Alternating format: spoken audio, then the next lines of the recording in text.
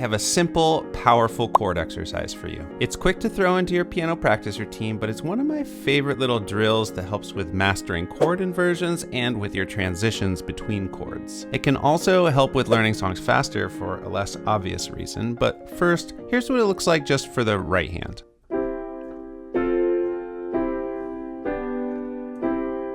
So you start out with a root position C major chord, C, E, and G, and that's middle C there. So you drop into that.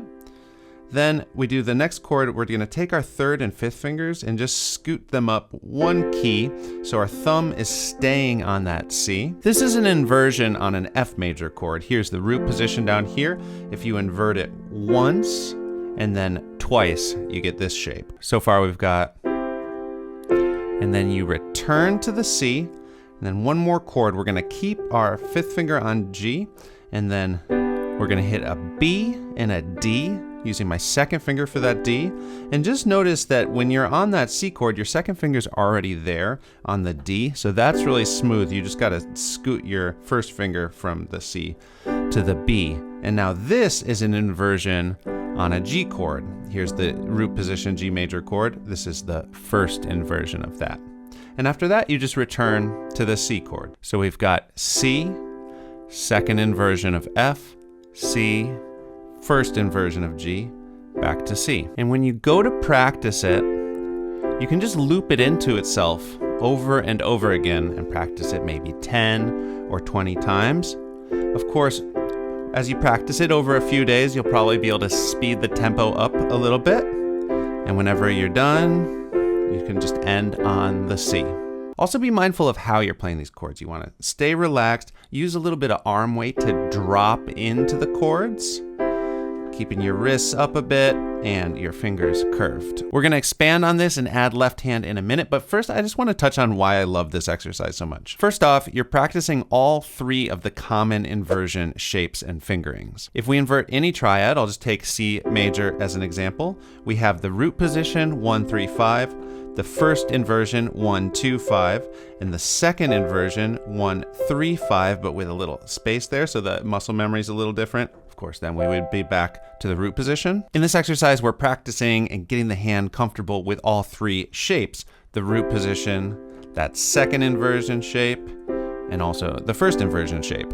We happen to be doing them on a C, an F, and a G chord. Now, in the key of C, that's the 1 chord, the 4 chord, and the 5 chord. If you've done my course Keys to Chord Progressions, you'll know that the 1 chord, the 4 chord, and the 5 chord in any key are the primary chords. They're by far the most common chords, and they are the big players in the story that the chord progression tells. The smoothest way to get from the 1 chord, home base in a key, to the 4 chord is not to jump the hand up like that. It's to play that second inversion shape. Similarly, the smoothest way from a 1 chord to the 5 chord is not to jump up or down like that. It's to play that first inversion shape. Because of this, lots of piano parts on famous recordings end up using these inversions for these chords. Ever since I started practicing this, I find that I learn songs quicker because my fingers just know how to smoothly move to the chords that end up getting used the most. If you're enjoying this video and want to see more videos like it, please subscribe to my channel and click the bell. So let's get the left hand involved, and there are a few options for that. Of course, this main exercise is great for the left hand as well, because often you'll want your left hand to play chords if you're playing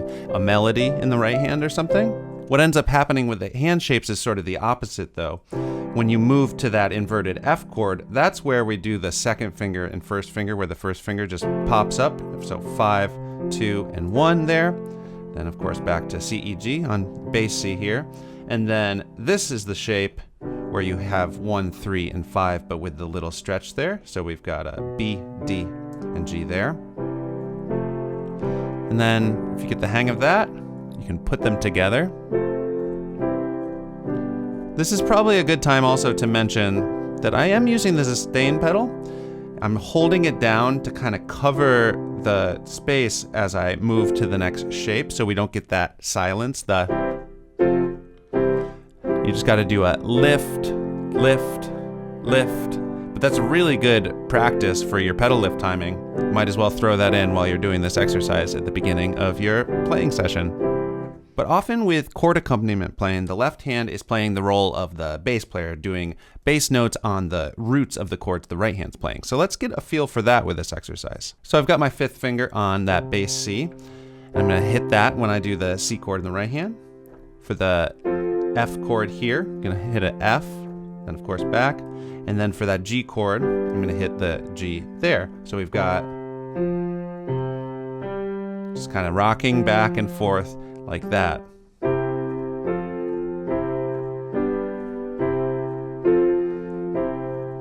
It's a little tricky how both your hands kind of move up for that, but then for the G chord, they sort of move in opposite directions. So that's a little bit tricky. Another thing that's really useful to do is to flip that on itself. Use your first finger on that bass C.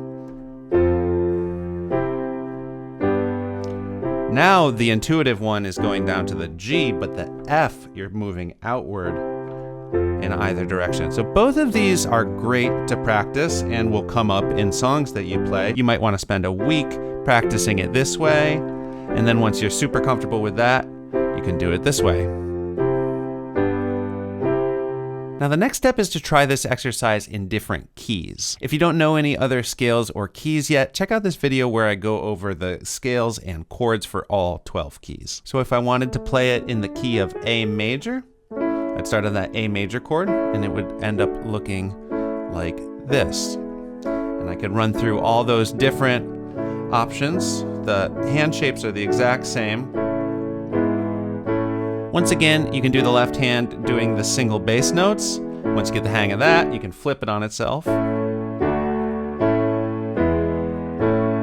Let's try it in the key of D. And if you're having trouble figuring out like which notes to step up to get the chord shapes, a good way is to know what the scale is, know what the 4 and 5 chords are, and then just sort of figure out what those inversions are based on how we did it in C. But an easy formula for this is to find that second chord.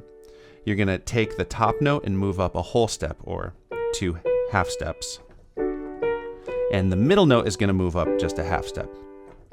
So that's gonna be the first 2, and that works in any key. If I was doing this in F sharp major, I would still take the top note up 2 half steps or a whole step, and then the middle note just moves up 1. Okay, back to the key of D. So here's D, and then for the third and final chord, it's the opposite. The bottom note steps down a half step, and the middle note steps down the 2 half steps or a whole step.